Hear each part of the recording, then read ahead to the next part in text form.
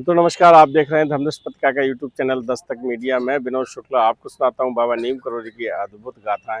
इस समय हम हैं Ramakrishna Mission Sevashram Charitable Hospital. हमने आपको एक गाथा सुनाई थी महाराज जी की अंतिम यात्रा की। उसमें बताया था कि जब महाराज जी की तबीयत खराब हुई थी, है ना, आगरा से हल्द्वानी जा रहे थे और मथुरा स्टेशन पे उन्हें उतारा गया था और वो आए थे रामकृष्ण मिशन हॉस्पिटल। तो उसका सही नाम है Ramakrishna Mission Sevashram Charitable Hospital. बहुत बड़ा चिकित्सालय है और बड़े क्षेत्र में ये सेवाएं दे रहे हैं। इन सेवाओं के साथ में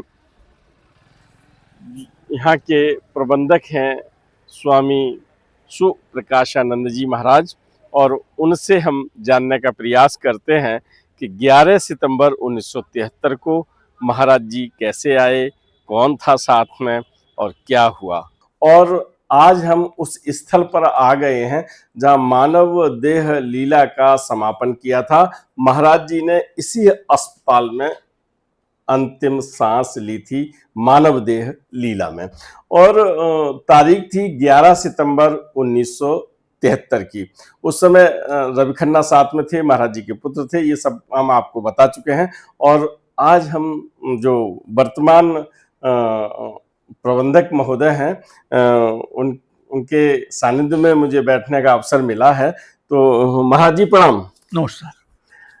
महाराज जी, आपके यहाँ भारत के, अब तो विश्व के ही कहूँगा, महान संत बाबा नीम करोली ने अंतिम सांस ली थी। तो कुछ पता है कि कैसे आए थे, क्या हुआ था? वो भी मैं सुने हैं जी। मैं देहरादून में स्वामी चिदानंद जी महाराज को पास गए थे जी। उनको दर्शन करने के लिए। जी। चिदानंद जी महाराज डिवाइन लाइफ सोसाइटी का प्रेसिडेंट था उस टाइम में। जी जी। शिवानंद आश्रम का। जी जी।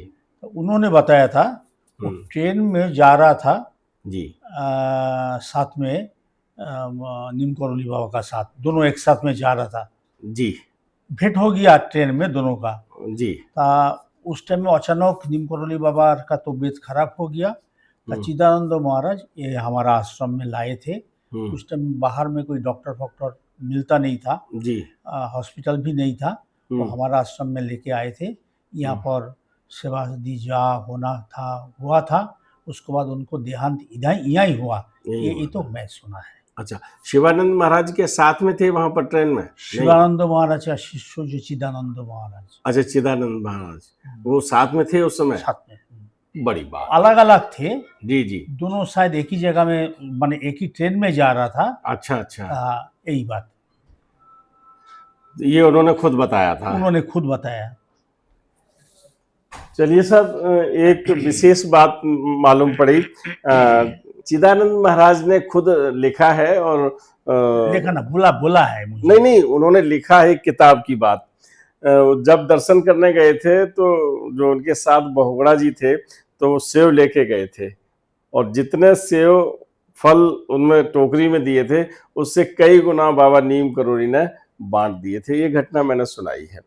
आज उन्होंने खुद बताया कि उस ट्रेन में थे, और ये भी बहुत सही बात है, क्योंकि ट्रेन में आगरा से जब वो हल्द्वानी के लिए चले हैं तो अधिकृत रूप से अभी तक यही पता था कि उनके पुत्र धर्मनारायण जी थे और रवि खन्ना थे। और वहां से जब तबीयत खराब हुई है मथुरा स्टेशन से, तो जब वृंदावन आए तो रामकृष्ण अस्पताल आए। एक विशेष बात यह है कि अगर स्वामी जी साथ में न होते तो और किसी अस्पताल में भी जा सकते थे। यहाँ हॉस्पिटल नहीं था, कोई हॉस्पिटल नहीं था। आश्रम था, कोई हॉस्पिटल वृंदावन में नहीं था। हाँ, कोई। अच्छा, उस समय कोई हॉस्पिटल था ही नहीं। केवल यही चिकित्सीय सुविधाएं उपलब्ध थी। तो महाराज जी ने इसी जगह मानव देह लीला में अंतिम सांस ली थी, और मेरी इच्छा थी कि मैं उस स्थल के भी आप सबको दर्शन करा दें। मैं बहुत बहुत आभार प्रकट करता हूँ कि आपने ये जानकारी दी। धन्यवाद। नमस्कार।